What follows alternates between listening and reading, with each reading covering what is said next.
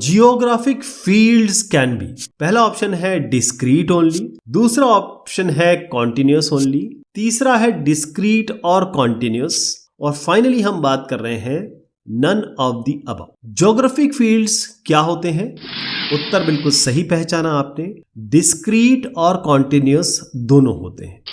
Geographic fields होते क्या है? कोई भी अर्थ में जो नेचुरल फिनोमेना है, नदी, नाले, पहाड़, या फिर आप दूसरे गैलेक्सी में चले जाइए, दूसरे प्लैनेट पे चले जाइए, वहां पर भी जो नेचुरली चीजें हो रही हैं, प्राकृतिक चीजें हो रही हैं, उनको हम ज्योग्राफिक फील्ड से रिप्रेजेंट करते हैं।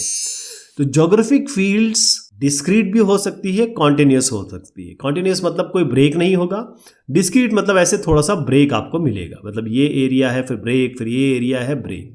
डिस्क्रीट कॉन्टिन्यूस को इस तरीके से समझिए। तो ज्योग्राफिक फील्ड डिस्क्रीट हो सकती है, इसका मतलब ये है, डिस्क्रीट का मतलब ये है कि आपके पास पैचेस होंगे, जगह होंगे जिनकी होमोजेनियस वैल्यू होगी। यानी एक बड़ा सा एरिया आपने ले लिया और आपने कहा कि यहाँ पर कहाँ पर धान की खेती हो रही है, आपने कहा यहाँ धान उग रहा है, यहाँ धान उग रहा है, तो इन हर एक एरिया जो पैटर्न है या मतलब रीजन है, वहां पर आपको वैल्यू मिल जाएगी, होमोजेनियस वैल्यू की, कितना धान पैदा हो रहा है, कितना नंबर ऑफ क्विंटल पैदा हो रहा है। इसी तरीके से इसमें देखिएगा जो डिस्क्रीट ज्योग्राफिक फील्ड है उसकी एक बाउंड्री डिसाइड होगी और एक ट्रांजिशन जोन, ये जो एरिया है ये ट्रांजिशन जोन की तरह काम करेगा।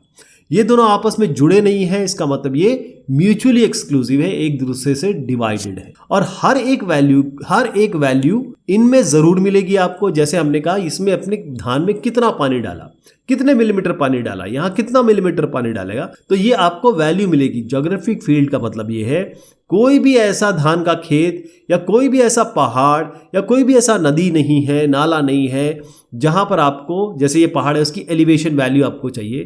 तो अगर ऐसा एक पहाड़ है, मान लीजिए आपने एवरेस्ट ले लिया और कहीं और जाके किलिमंजारो ले लिया, तो दोनों पहाड़ अलग अलग हैं, लेकिन है तो ज्योग्राफिक फील्ड ही जो नेचुरली ऑकरिंग होते हैं।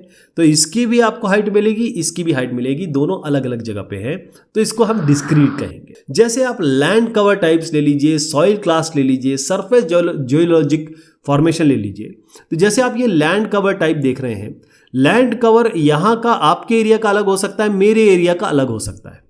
तो हर एक एरिया का लैंड कवर टाइप आप बताएंगे कि इधर पे आइए भाई लैंड कवर क्या है, इधर का लैंड कवर क्या है। आप कहेंगे यहाँ तो इस जगह पे तो पूरे के पूरे जंगल हैं, यहाँ जंगल नहीं मिल रहे हैं, यहाँ पर ऐसी मिट्टी है, लाल मिट्टी है। तो ये आपके एग्जाम्पल हो गए डिस्क्रीट के, क्योंकि अलग अलग जगह की बात हो रही है, लेकिन है ये नेचुरल फिनोमेना है।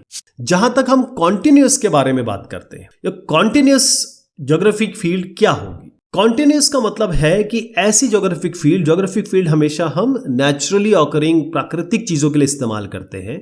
कॉन्टिन्यूस का मतलब है कॉन्टिन्यूस डोमेन। इसका मतलब आपको अगर नदी यहां से शुरू हुई है, मान लीजिए गंगोत्री शुरू हुई है और गंगा जी यहां से बहना शुरू हुई है, तो गंगा जी जब तक जाके आपके बे ऑफ बंगाल में नहीं मिल जाएंगी, तो यहां से यहां तक ये कॉन्टिन्यूस है।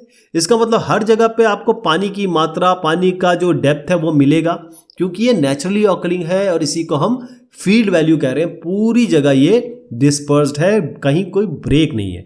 गंगा नदी ऐसा नहीं कि कहीं जाके रुक जाती है और आराम करती है, फिर बोलती है अरे मैं तो यहाँ से शुरू होंगी, ऐसा नहीं है ना। तो कॉन्टिन्यूस है ये। जैसे एग्जाम्पल देखिए टेम्परेचर का, पूरे विश्व में आपको कहीं ना कोई, जैसे आपका घर है वहाँ का टेम्परेचर अलग होगा, हो सकता है कोई कैनेडियन घर हो यूकॉन में, उसका टेम्परेचर अलग होगा।